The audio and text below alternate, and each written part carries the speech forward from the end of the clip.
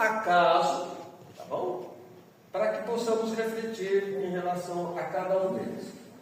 Quando nós oramos, queremos a nossa vontade ou a vontade de Deus? Ou que a vontade de Deus seja igual a nós? Vamos caso a caso, então, observar.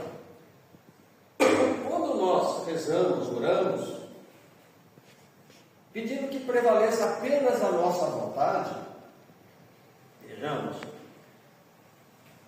é desconhecermos o amor, a justiça e a sabedoria de Deus.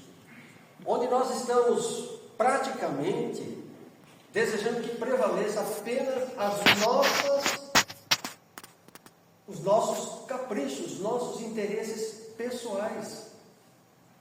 De que as leis de Deus, independente do que seja, elas sejam derrogadas para nos satisfazer. Então nós não nos importamos do que Deus traçou para o homem, para a humanidade, para cada sua criatura. Porque se nós pensássemos assim, orando segundo a nossa vontade, é como esperássemos que uma receita pronta estivesse a nosso dispor a cada instante. Nossa, eu quero que a minha vontade seja feita. E a gente, ou até uma forma egoísta de pensar. Então, pensando assim, o que acaba acontecendo conosco? As respostas não vêm. Eu oro, não sou correspondido. Por que será? Aí acabamos nos revoltando, começamos a perder a fé, perder a esperança. E aí as pessoas começam até mesmo a debandar as casas espíritas, debandar a sua espiritualização. Às vezes em casa espírita, né? Mas sua própria espiritualidade, achando que a oração não resolve nada. Pois bem,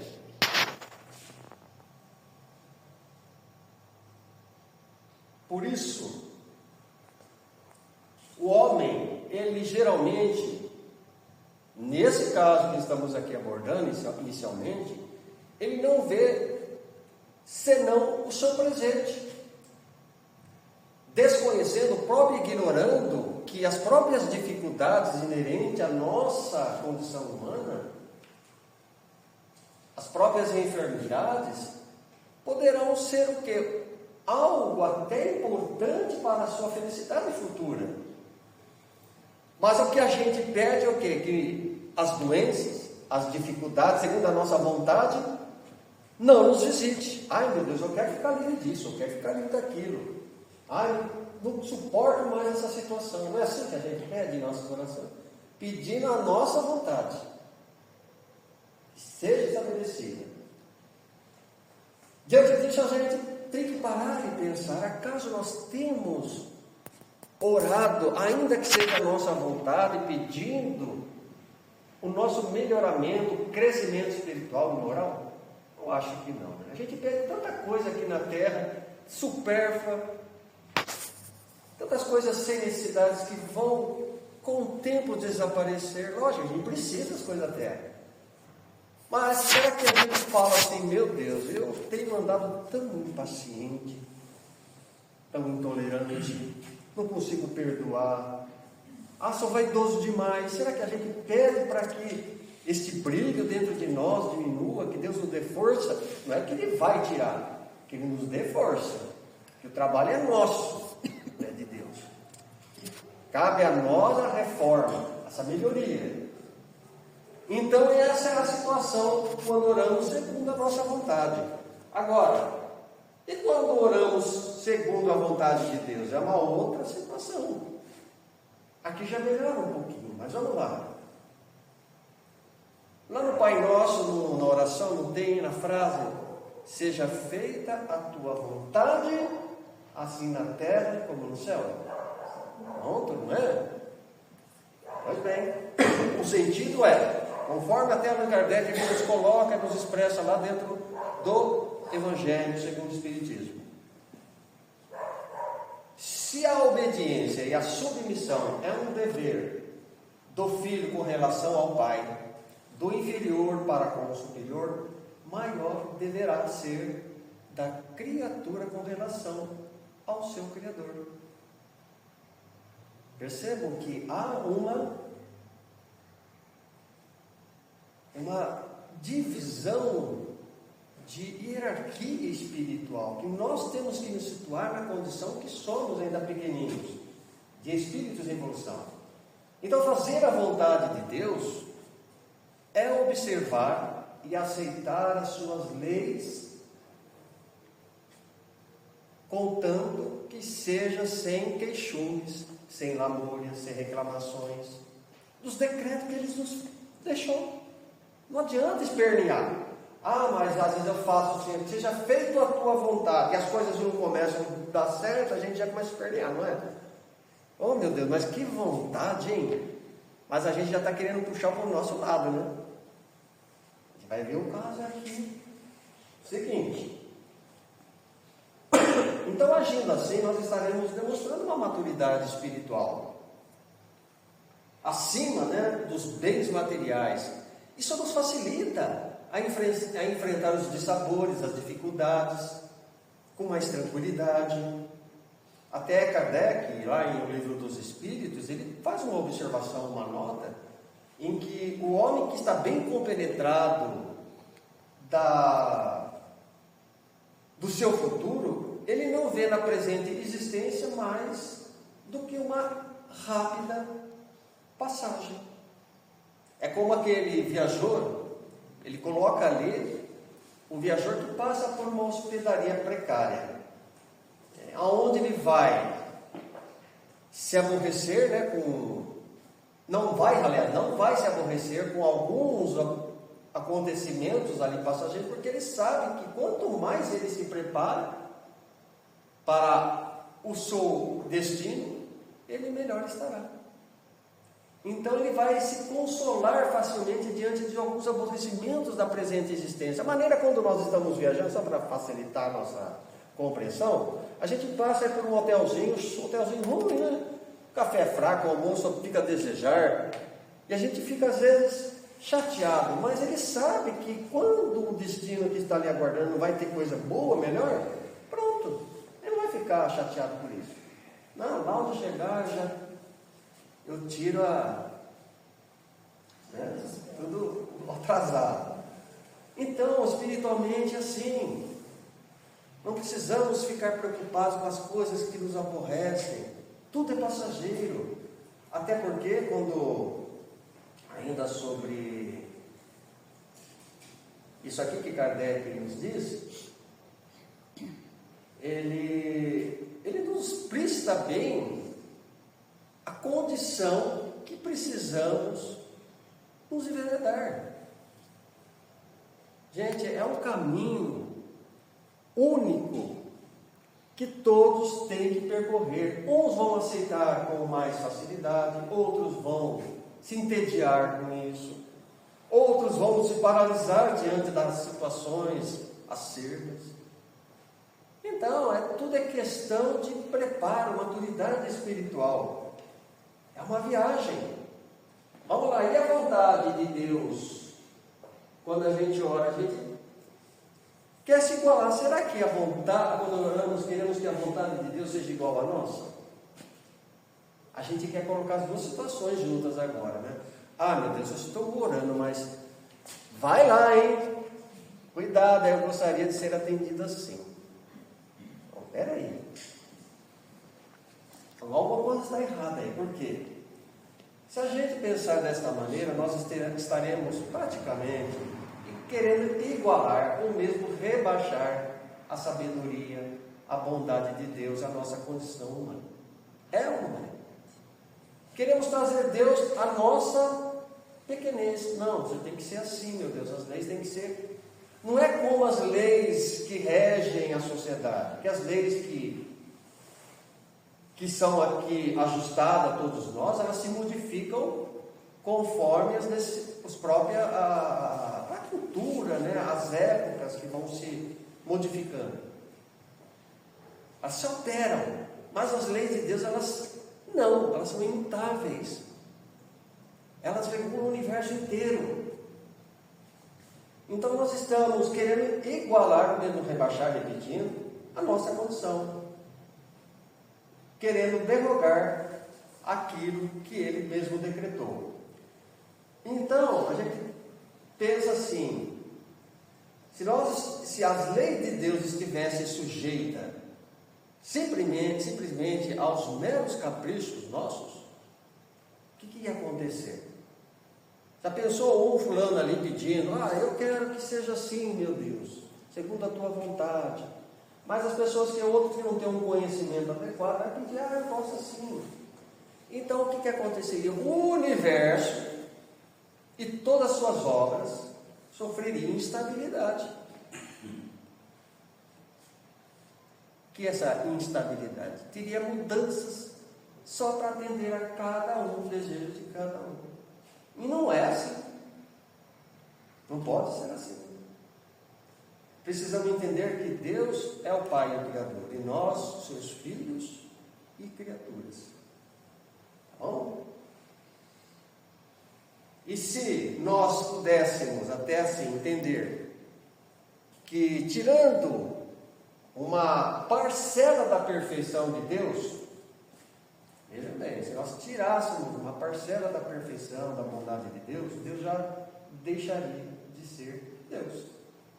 E por conseguinte, haveria um outro ser e ainda mais superior a Deus.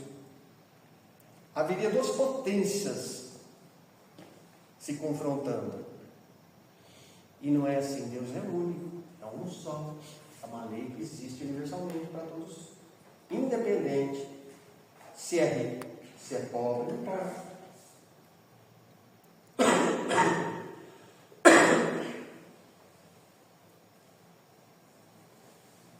É por isso então que não somos muitas das vezes atendidos em nossas orações.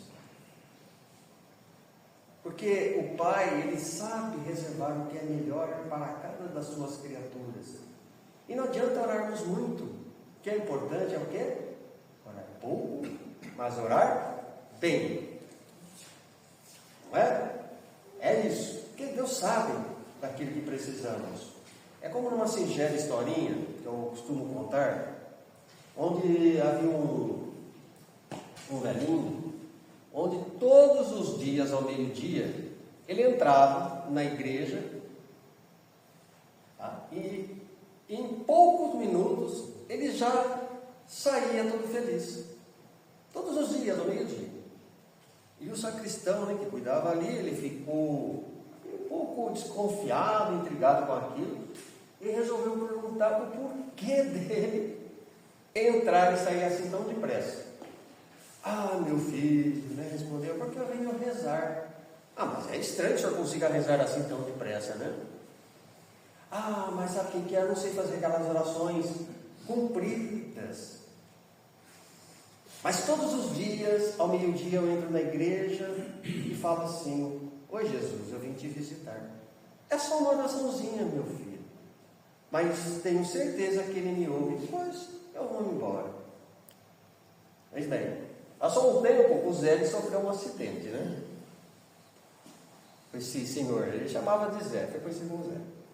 E ali dentro ele foi internado no hospital, e dentro da enfermaria ele passou a exercer uma grande influência sobre os demais. Os doentes mais tristes passaram a ficar mais alegres, muitas risadas passaram a serem ouvidas. Então ele fez ali um ambiente muito contagiante, muito gostoso. E a enfermeira, percebendo aquilo, falei, nossa, está diferente, resolveu perguntar para o Zé.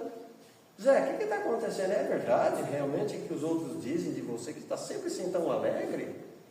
E ele respondeu, para a enfermeira, sim, meu irmão, é porque eu estou sempre tão alegre, é verdade. E é por causa desta visita que eu recebo todos os dias. Mas ela ficou assim, intrigada, atônica, não entendendo por quê. Porque ela já tinha percebido que o Zé já estava internado há muito tempo, já algum tempo no hospital, e percebeu que tinha uma cadeira que ficava sempre ao lado da cama dele, e ninguém vinha visitá-lo. O Zé que era uma pessoa solitária, né? Segundo a visão daquela pessoa que cuidava dele, a enfermeira. Era um sem ninguém. E aí ela resolveu então perguntar novamente, mas ela me diga uma coisa, mas a quem vem me visitar e a que horas? Ah, minha irmã, com aquele brilho nos olhos, todos os dias, né? Feliz, todos os dias ao meio-dia, ele entra no meu quarto, olha para mim e diz, pois é, São Jesus, vem te visitar. A gente percebe que para Deus, para o nosso Mestre, a gente não precisa ficar estendendo um rosário de palavras. A gente vai entrar até um ponto isso aqui depois para a gente aqui discutir. Então é isso, uma historinha tão singela, mas tão importante para que a gente aprenda, né, no sentido como estamos orando. Oração e meditação é a mesma coisa ou não? Não. É ou não é? Os orientais meditam muito, né? Ah, mas eles não estão orando. Será? E nós, ocidentais? Olha, pessoal, a oração jamais deve prescindir da meditação. Por quê? Quando a gente ora, normalmente a gente ora como? Ah, estou com tanta pressa, sabe só. Não é? Acabou. Deus nosso Pai, que vocês estão podendo ver. Aquela prece cumprida, que prece cumprida, acaba logo. Não é? Só para ilustrar. Mas o que acontece? A gente não presta atenção nas palavras. A gente não se detém de forma inteligível sobre o que ela representa para nós. O Pai Nosso, por exemplo. Alguém já se deteve? Porque às vezes a pessoa, já percebe quando a gente começa a orar em voz alta e as pessoas acompanham, uns aceleram, e eu costumo falar mais lento, porque eu gosto de prestar atenção para sentir realmente a oração. O Sr. Pedro fez a oração, fez assim, bem pausada, para que a gente pudesse acompanhar. Para que o nosso espírito, ele participe também. Precisamos entrar em sintonia. Porque na oração nós muitas vezes pedimos sem que ouçamos. Enquanto que na meditação nós silenciamos para poder ouvir as respostas. É aquele momento que a gente nos recolhemos. E não precisa verbalmente exteriorizar, falando, a gente só em pensamento. Só em pensamento. Na questão 919 do Livro dos Espíritos, Kardec ele também pergunta qual que é o meio prático e eficaz para que o homem possa se melhorar nesta vida e resistir às tentações do mal, o arrastamento, a atração, que seja. E qual foi a resposta? Disse um sábio antigo: conheça-te a ti mesmo. É uma frase, não é de Sócrates, mas há muita polêmica que dizem que há ou não, mas que é uma frase atribuída a ele, né? Conheça a ti mesmo, quando está lá no templo de Apolo, em Delfos, né, na antiga Grécia, né? essa inscrição. E aí Santo Agostinho, participando desta questão, ele falou assim que todas as vezes quando ele se recolhia, Santo Agostinho, ele fazia uma retrospectiva na sua vida diária. Ele interrogava a sua consciência. Ele se perguntava a si mesmo se ele tinha faltado com algum dever, se não tinha ninguém para se lamentar dele. Porque quando a gente vai dormir, normalmente a gente acordece pronto e dorme. A gente não faz aquele balanço espiritual. A gente não faz uma introspecção, poxa, o que eu fiz hoje? E a consciência, ela pede, né? A gente sabe. Ela fica às vezes chamando a gente, acusando, fiz aquilo. Pelo menos aqueles que estão mais sintonizados com a espiritualização, né? Agora aqueles que estão nem aí, do jeito que está bom, né? Ainda vão ser tocados. Então, a partir disso, ele começou a fazer esse estudo e foi descobrindo, Santo Agostinho, aquilo que ele precisava ainda melhorar dentro de si. Assim é nós. Precisamos seguir. Vamos lá, seguindo. Agora, como a gente precisa orar, hein? Não, quando devemos orar? Só quando as coisas estão ruins para nós? É o que é o mais normal, né? As coisas ficam feias, a gente aperta o nosso carro, a gente já, oh meu Deus, já estamos lá pedindo socorro. É normal. E não é assim, como até o espírito do senhor Monod, ele que foi um pastor protestante quando estava encarnado, ele passou uma instrução para Kardec, na sua colaboração da obra, né, de Kardec no Evangelho segundo o Espiritismo, dizendo que o primeiro dever de toda criatura humana, o primeiro ato que deve assinalar o nosso retorno ativo à vida diária é a prece. Ou seja, a gente já levanta, ainda que seja em poucas palavras, um átimo de pensamento, mas você faz a sua oração. Justamente porque a prece, quando nós fazemos no início de cada dia, é esse sagrado momento de sintonia com o alto. Quando nós mantemos essa relação, onde externamos a nossa gratidão pelo repouso da noite e também pelas bênçãos, né, que rogamos por um novo dia. Mas a gente precisa entender também que quando a gente ora, a partir do momento que a gente ali pisa no chão, vai seguir o nosso caminho, as nossas atividades normais, independente disso, pessoal, as nossas orações, elas não precisam seguir de uma forma regular, ou seja, eu preciso fazer a oração da manhã, depois da tarde, depois da noite. Não precisa ser assim. Podemos orar a qualquer instante. Você está trabalhando, você está orando, você está meditando. E a gente não é só orar assim, verbalizando. Um sorriso, um ato de bondade com um colega de trabalho, aquele abraço, uma solidariedade que você presta àquele companheiro, outro, é uma forma de oração, porque você está transmitindo algo de bom, que a gente não transmite através que seja beneficiado aquela pessoa, a gente beneficia também com os nossos atos. Então, independe disso, tá? Das horas. A gente aprendeu desde pequenininho, né? Tá? Com a mãe, com o pai, tem que rezar de manhã, depois, à noite quando você deita, mas a qualquer momento. Só não rezo quando a gente está viajando por aí, né? Na estrada, porque se eu for fechar o olho eu vou trombar, né? Não dá certo, não tem como. Vamos lá. Por que devemos orar? Ensina a doutrina que devemos orar pelos desencarnados, pelos encarnados, por nós e por todas as criaturas, pela natureza, pelos animais.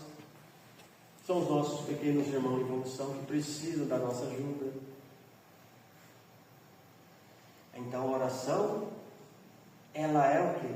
Universal, independente da crença que cada um professa. Tá? Mas quando nós falamos assim, gente, agora a gente precisa orar pelos nossos inimigos. A gente faz um bico desse tamanho, olhar para o inimigo já complica um pouco mais, né? É difícil, toca diferente dentro de nós. Quando a gente pensa naquele cidadão, naquela pessoa que nos fez mal, nos prejudicou, aquele desafeto, é mais complicado realmente. Mas é justamente aí que nós crescemos.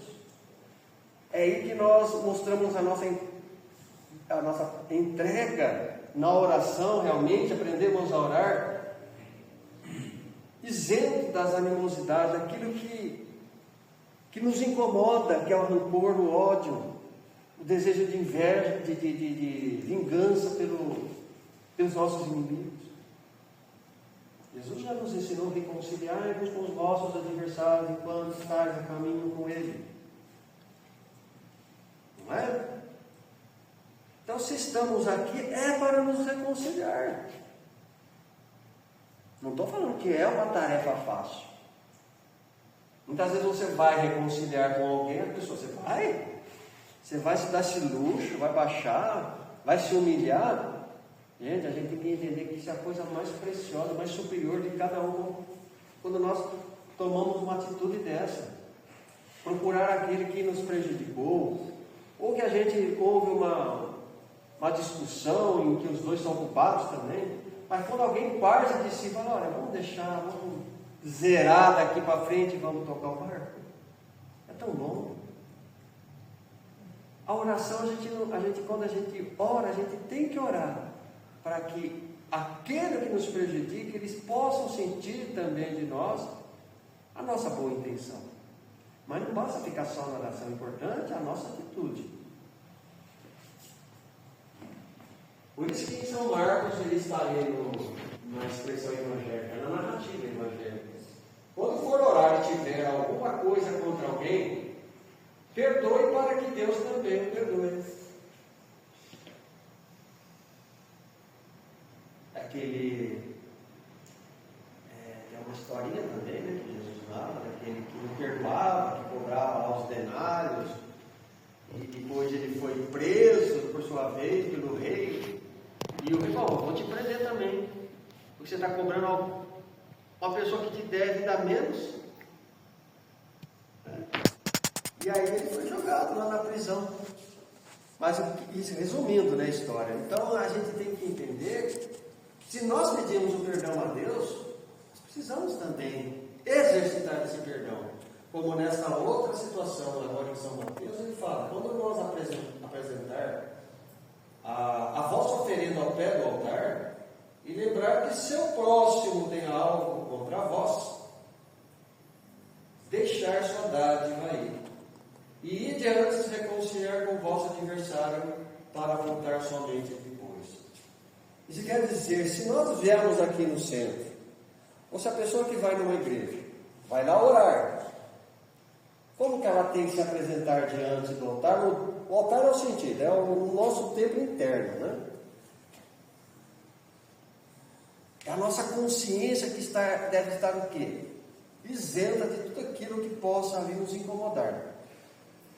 Então, o que é a recomendação? Se você tem algo para me trazer de bom na casa espírita, mas se algo está te incomodando, se você tem algo que ainda precisa fazer lá para que se apazigue, entre em paz, vá primeiro.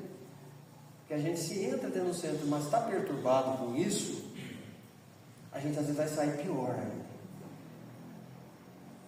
É tão gostoso quando a gente está lá fora, antes de vir para o centro, e fala, bom, hoje eu estou dizendo, mas tem aquele sujeito lá que não... Eu vou convidar ele. Poxa, que bom. Se ele não aceitar, tudo bem. Mas se fez sua parte, tentar o quê? Que se você fez a sua parte, tentar um ajuste. Então, são essas coisas que nos surpreendem.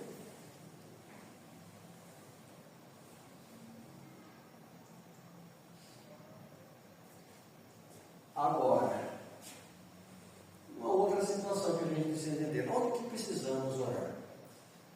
Onde devemos? Tem local apropriado? Você pode orar em qualquer lugar. Até Chico Xavier orou num bordel. Ele fez lá uma reunião que se transformou no Evangelho no Lar. Quando ele foi convidado, né, por um amigo do pai dele. As cortesãs esperando que, não, hoje não vai ter nada, né? Viram o Chico, sabia quem era o Chico. Hoje as atividades serão outras. Hoje será o quê? Prece, evangelho, água frutificada. Bom, isso também tem que levar em consideração que era o Chico. Vamos também ter a prepotência de qualquer lugar desse nível também. Mas, gente, se a gente vai com o coração preparado para isso, a gente está ali amparado pela espiritualidade, com certeza. Então, lógico que como nós estamos dentro de uma casa espírita, é um lugar apropriado para isso. O próprio ambiente nos favorece amplamente para que as circunstâncias da oração, ela tem o seu bom êxito, porque nós estamos o quê? Assessorados pela equipe espiritual, pelos protetores. Nós temos a proteção interna e externa. Há um ambiente homogêneo, diferente. Isso ajuda. Como nas mesquitas, nos templos, nas igrejas. Outros acham que orar no cemitério é um lugar ótimo para se orar, mas será? Embora apresente aquela sensação que não é térmica, mas uma sensação espiritual de paz, para aqueles que têm uma mediunidade muito sensitiva, vai perceber que não é pelo contrário. Richard Simonetti sempre dizia que cemitério é um local de trânsito de espíritos perturbados e perturbadores. Embora tenha aquela aparência de calmaria. Tem pessoa que chega ali e senta e reza. Não que vai acontecer nada, mas quantas testemunhas ali percorrem, perturbadas, que ainda não sabem, não se encontraram com a sua vida. Outros que estão ali, perturbadores, que estão às vezes se aproveitando das energias, talvez de um suicida. A gente sabe que também é uma outra situação. Então é complicado.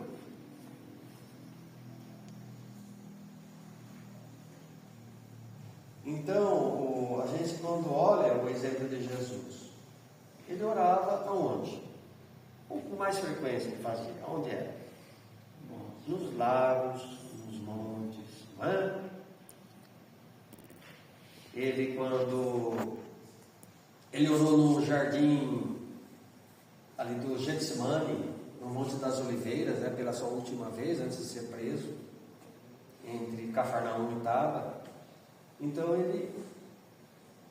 era a sua predileção fazer a oração nesse lugar, era o momento de sintonia. Como também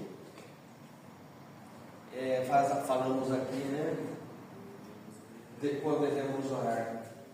É por isso que nós entendemos dessa narrativa de São Mateus, pessoal, que quando nós orarmos, diz: entrai no vosso quarto e, estando fechada a porta, orai a vosso Pai em segredo. E vosso Pai, que vê o que se passa em segredo, vos recompensará. Mas o que é esse quarto? É o nosso íntimo.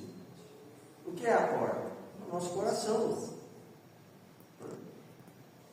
Nós que, literalmente, quando a gente se recolhe num ambiente, fecha, a gente entra numa relação mais tranquila com Deus, com Jesus, com os espíritos amigos, do que ficar num ambiente de barulho, música.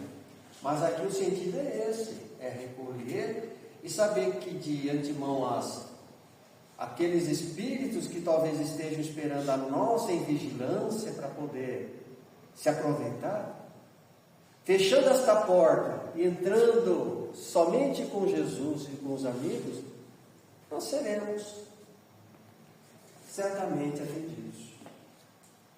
A oração terá um melhor proveito. Então é isso. Quando nós dizemos então relação, quando devemos orar? Quando devemos orar? Aqui, sobre esse como devemos orar, há outra história que eu gostaria de narrar.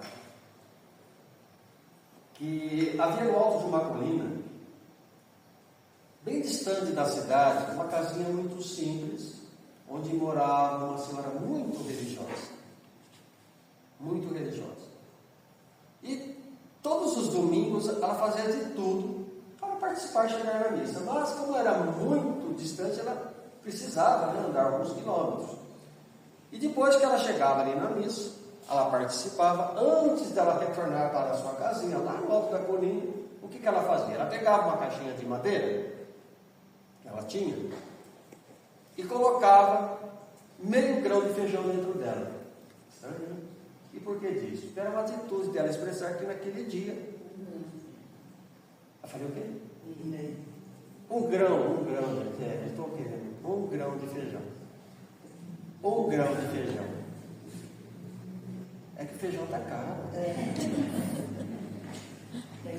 Obrigado. Então, ela colocava 1 grão de feijão.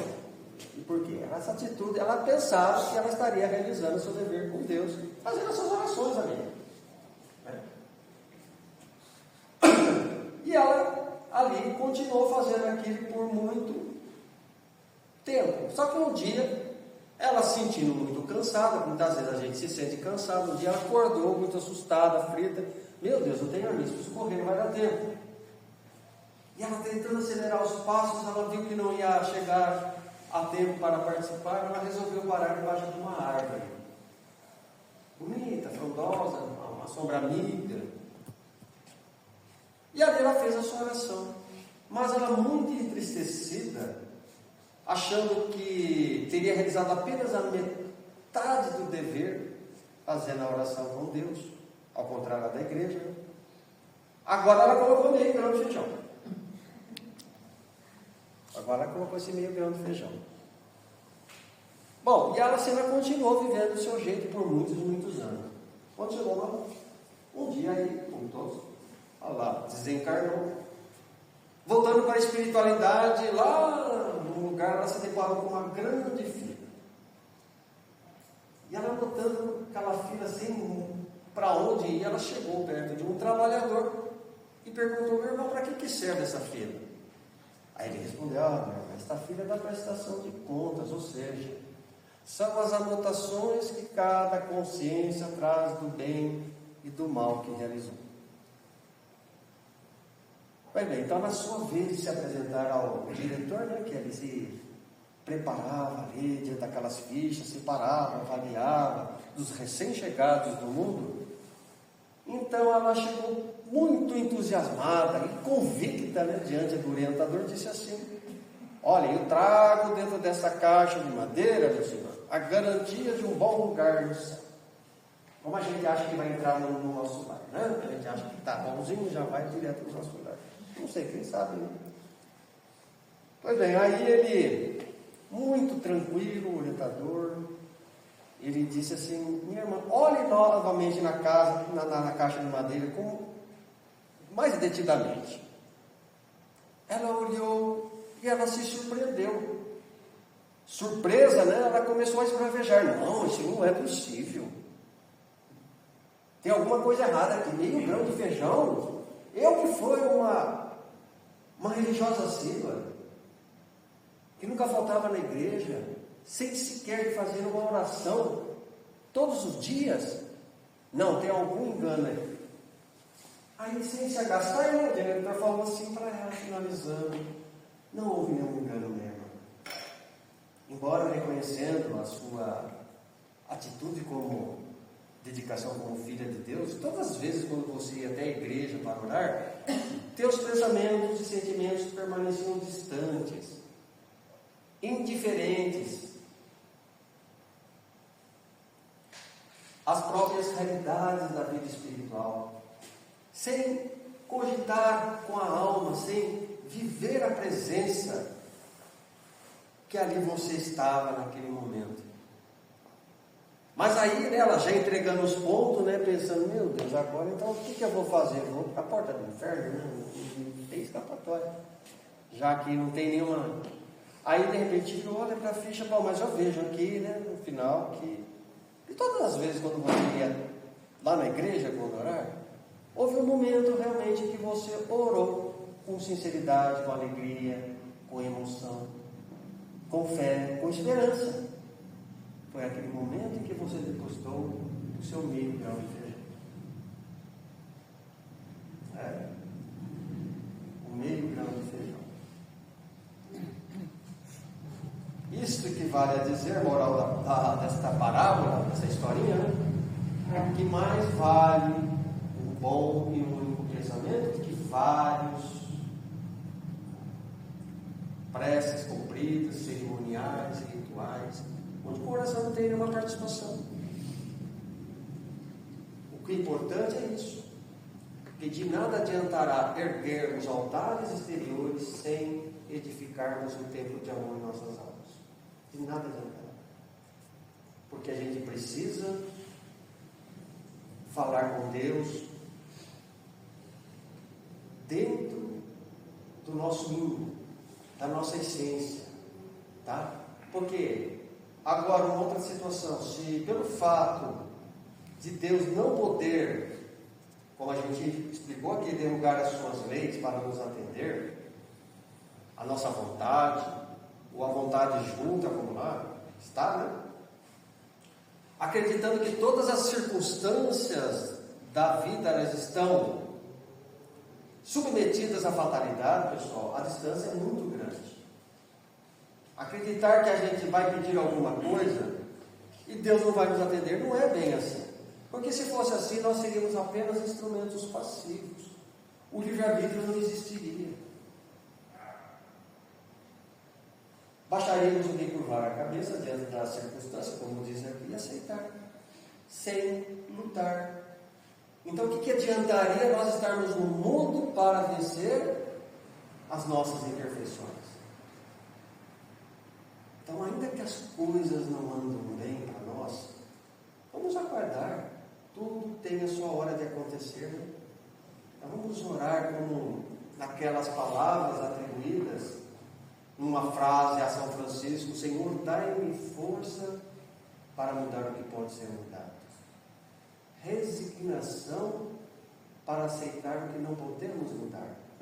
E sabedoria para distinguir uma coisa da outra. Com essa regrinha a gente vai levar a vida mais tranquila, sem tanta exasperação, sem tanto desespero. Porque tem coisas que podemos mudar, sem que alteremos o que está estabelecido no universo, nas leis de Deus. Outras coisas não. Então, quando as preces não começam a ser atendidas, é porque alguma coisa tem que acontecer. Para o nosso bem. Então, nenhuma oração deixará de ser atendida.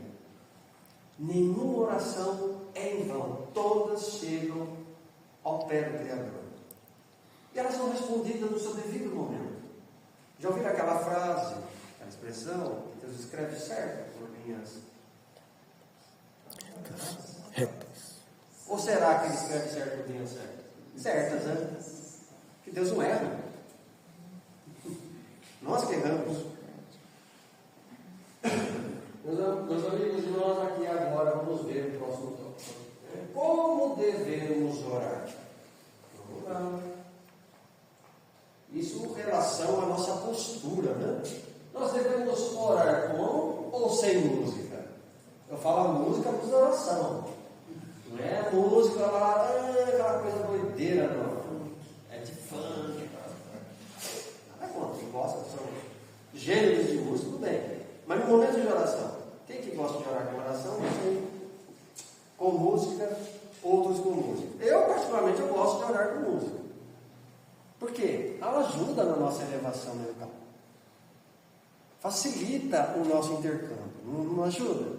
Às vezes você está orando, você está com a cabeça tão cansada daquele dia, pelo trabalho, aí você coloca a música lendo o Evangelho no lar, por exemplo. Não facilita? É uma escolha, tá? Não que seja uma obrigação. Devemos orar com os olhos abertos ou fechados?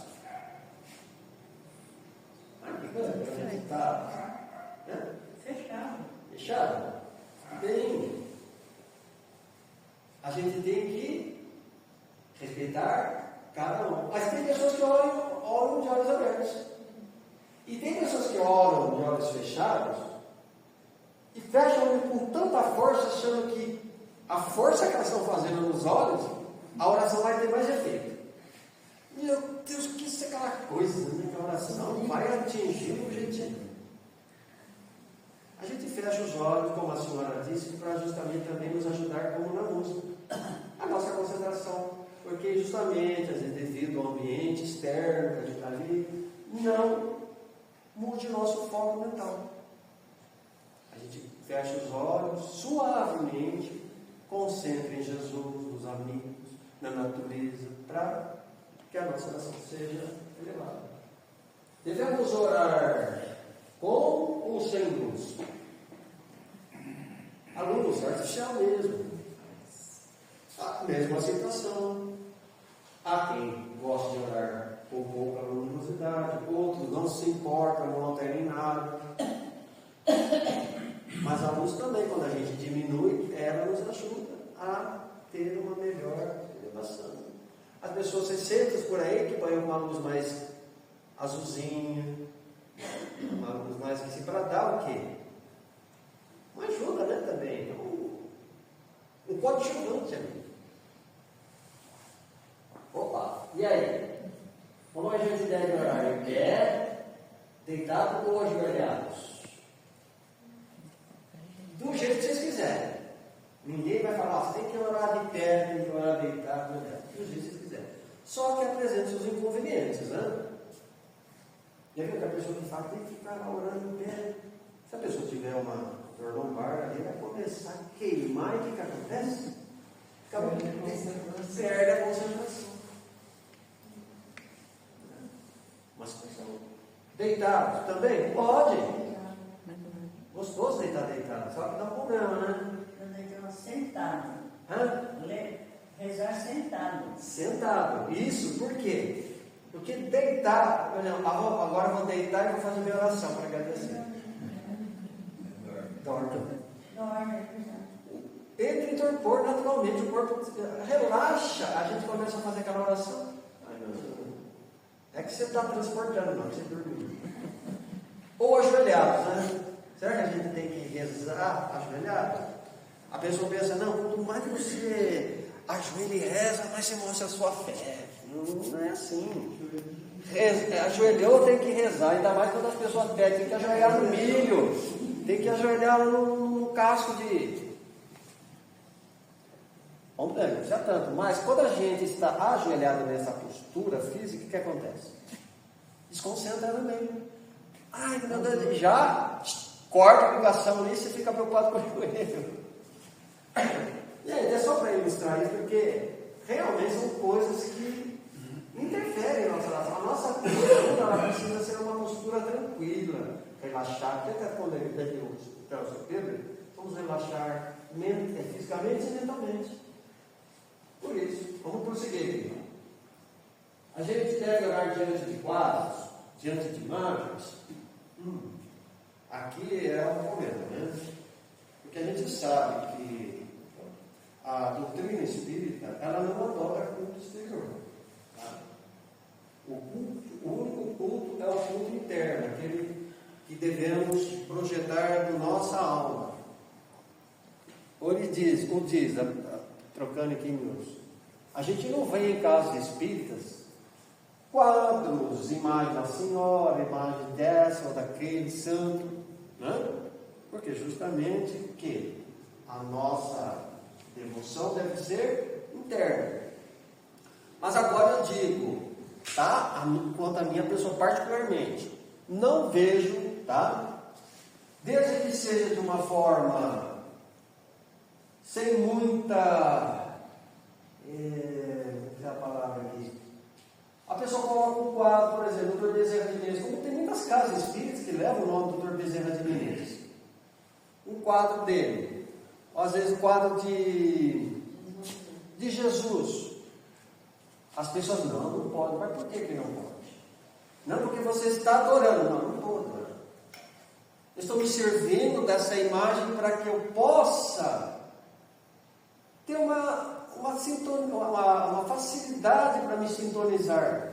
Porque muitas vezes tem pessoas que não conseguem ali no momento, meu Deus, estou encontrando dificuldade para orar. A gente olha no quadro de Jesus, olha no quadro de Bezerra, olha de um outro mentor amigo, Maria. Aquilo, a gente se transporta. A gente não está adorando imagem, gente, é diferente. A gente está fazendo se utilizando aquela imagem para nos auxiliar, não é? Isso que a gente precisa entender. Vamos lá. Então a gente tem que ter um bom senso também, né? Agora, por exemplo, há pessoas que falam, bom, mas eu lá fui no centro que já vi nichos, né? Aqueles lugarzinhos, como aquele ali, um pezinho, um altar, tem santo disso, tem santo daquilo, então essa pessoa está no lugar errado. E centro espírita quer fazer, tem que ir para outro lugar. Fala gente bem. Tem que ter um bom senso, tem que ter um cometimento também, né, das coisas. Com mais leveza. orar através de orações mais fortes, eficazes? Tem oração forte? Muita gente já ouviu muito disso, né? Já ouviu? Fala, Dona Maria, estou passando um problema aqui, que já tem aí uma oração forte para passar para mim, meu filho? Quero que te quero. Oração para o amor, para o trabalho, para você ganhar dinheiro, tem receita para todo jeito. Né? Só não tem oração para melhorar ela mesmo. E então a gente fica achando que as orações, de acordo com o que está ali escrito como uma receita, como fosse algo, resolvesse um passo de mágica, um condão. Pronto, orei, você é atendido. E não é. Não adianta. Como no anterior quadro também, às vezes você fala, orar com velas acesas. O que ilumina é a nossa prece, é o nosso sentimento, é o desejo sincero que estamos externando para aquele que precisa. A vela é bom para quem comercializa, que ganha dinheiro. Agora, não estou também criticando quem se sente bem fazer assim, dentro da sua fé, ótimo. Está compatível a sua evolução.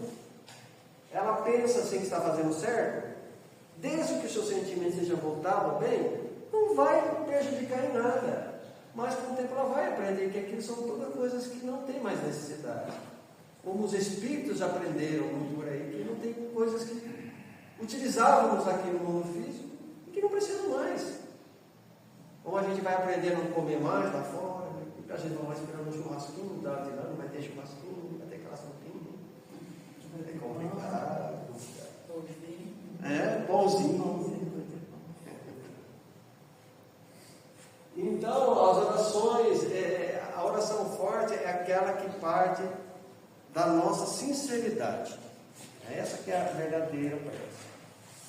Aquela que busca com confiança, com resignação, aceitando o que está traçado, né, por Deus para todos nós.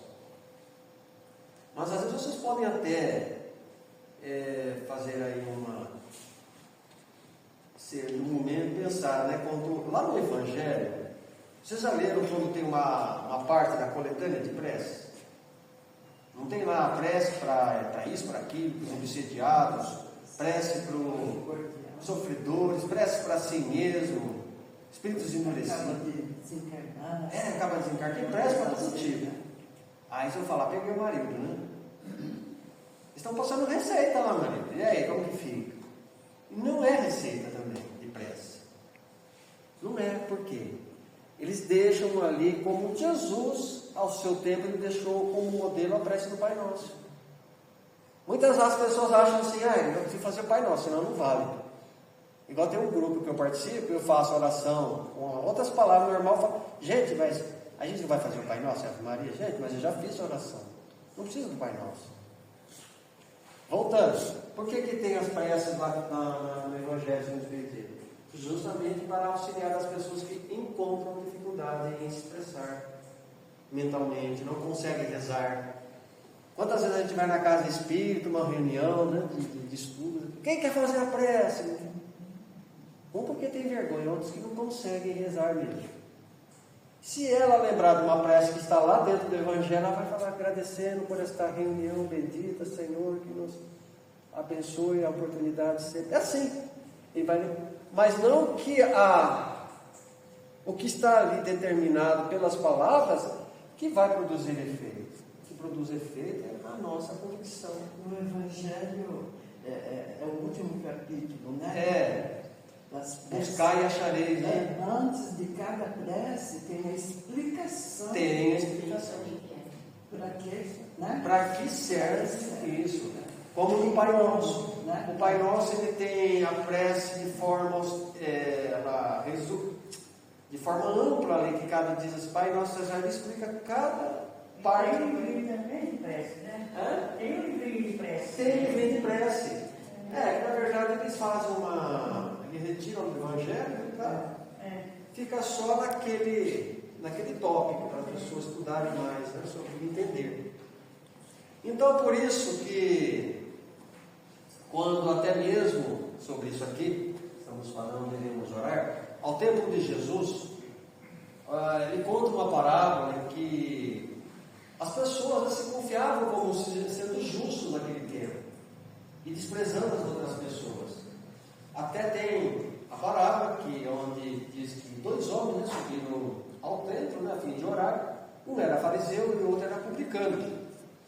Então o fariseu ele rezava assim, diante lá do púlpito dele: meu Deus, eu vos rendo graças, porque eu não sou como os outros homens, ladrões, pecadores, injustos, nem como esse publicano. Jejuo 2 vezes por semana e dou dízimo de tudo que possuo. Falava assim. Aí o publicano, manteve-se distante dele, sem jamais, ou sequer olhar para o céu, ele batia no peito dizendo: meu Deus, tenha piedade de mim que sou um pecador. Então olha a diferença em relação ao que vem hoje demonstrar